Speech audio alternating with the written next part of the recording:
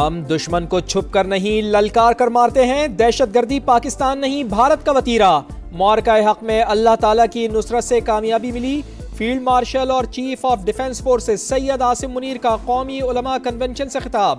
سپہ سالار نے کہا، اسلامی ریاست میں ریاست کے علاوہ کوئی جہاد کا حکم نہیں دے سکتا۔ ریاست طیبہ اور ریاست پاکستان کا آپس میں تعلق گہرا۔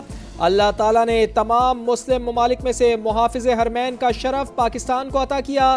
سید عاصم منیر نے دفاعی معاہدے کو تاریخی قرار دیا، کہا جس قوم نے علم اور قلم کو چھوڑا، انتشار اور فساد فی الارض نے وہاں جگہ لی۔ پاک فوج کے خلاف زہریلا پروپیگنڈا ناقابل قبول۔ وزیر اعظم نے صاف صاف بتا دیا، پاکستان اور عسکری قیادت کا دفاع کرنا مشترکہ ذمہ داری قرار۔ شہداء کی قربانیوں کا مذاق اڑائیں گے تو کون پاکستان کی عزت کرے گا؟ شہباز شریف کا قومی علماء کنونشن سے دھواں دار خطاب۔ بولے، معرکہ حق میں ہماری کامیابی پر پوری دنیا حیران اور دوست ممالک خوش ہیں۔ وہ کامیابی کو اپنی فتح سمجھتے ہیں۔ افغانستان سے درندگی کرنے والے معصوم شہریوں کو شہید کر رہے ہیں۔ قومی معاملات پر یک جان دو قالب ہونا پڑے گا۔ کامیابی جادو ٹونے سے نہیں، محنت سے حاصل ہوگی۔ قرض واپس کریں گے، اپنی دولت خود پیدا کریں گے۔ وزیر اعظم نے فرقہ پرستی کا خاتمہ وقت کی اہم ضرورت قرار دے دیا۔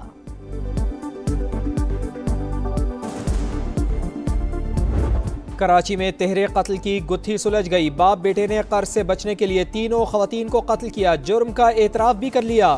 تفتیشی حکام کے مطابق تینوں خواتین کو باری باری زہریلا جوس پلایا گیا۔ بیٹے کی حالت دیکھ کر والد کی ہمت جواب دے گئی۔ پولیس کو گھر کے سربراہ اقبال سے 2 خطوط بھی ملے، ایک میں جنازوں، تدفین اور رشتہ داروں کو دور رکھنے کی وصیت، دوسرے میں جائیداد کی تقسیم کی ہدایات تھیں۔ گھرانے پر 1 کروڑ سے زائد کا قرض تھا۔ سونا واپس مانگنے پر دوست کے ہاتھوں ماری گئی ایبٹ آباد کی ڈاکٹر وردہ کے کیس میں اہم پیش رفت۔ پولیس نے لاش کو ٹھکانے لگانے کے لیے استعمال دونوں گاڑیاں تحویل میں لے لی۔ مرکزی ملزمہ ردا اور شوہر وحید کی دکانیں سیل۔ پوسٹ مارٹم رپورٹ کے مطابق ڈاکٹر وردہ کی موت دم گھٹنے سے ہوئی، تشدد کے نشانات بھی تھے۔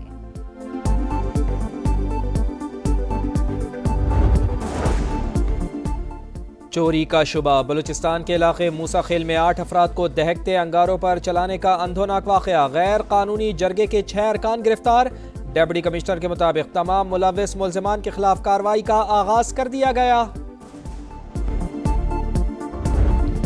کراچی میں دندناتی ہیوی ٹریفک سے مزید 3 قیمتی جانیں چلی گئیں۔ 4K چورنگی کے قریب ٹینکر کی ٹکر سے طالب علم جاں بحق، ڈرائیور فرار۔ مشتعل شہریوں نے ٹینکر کو آگ لگا دی۔ اورنگی واٹر ٹینکر کی زد میں آ کر 4 سال کا سفیان جاں بحق۔ شیر شاہ پل کے قریب بھی افسوسناک حادثہ، ڈمپر کی ٹکر سے بیوی جاں بحق، شوہر شدید زخمی ہو گیا۔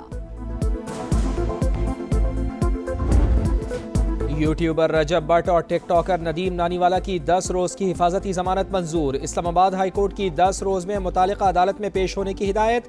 رجب بٹ کا کراچی کی کورٹ میں پیش ہونے کا اعلان۔ برطانیہ سے ڈی پورٹ ہونے کی تردید، بولے ڈی پورٹ ہوتا تو بزنس کلاس میں واپس نہ آتا، جب تک کیس چل رہا ہے پاکستان میں رہوں گا۔ NCCIA کرپشن سکینڈل، گرفتار سب انسپیکٹر کا کال سینٹر سے بھتہ لینے کا اعتراف۔ صارم نے کال سینٹر سے رقم جمع کر کے افسران تک پہنچائی، 15 لاکھ کی ریکوری بھی کرائی۔ FIA کا تمام ملزمان کی بیرون ملک جائیدادوں کی تفصیلات منگوانے کا فیصلہ۔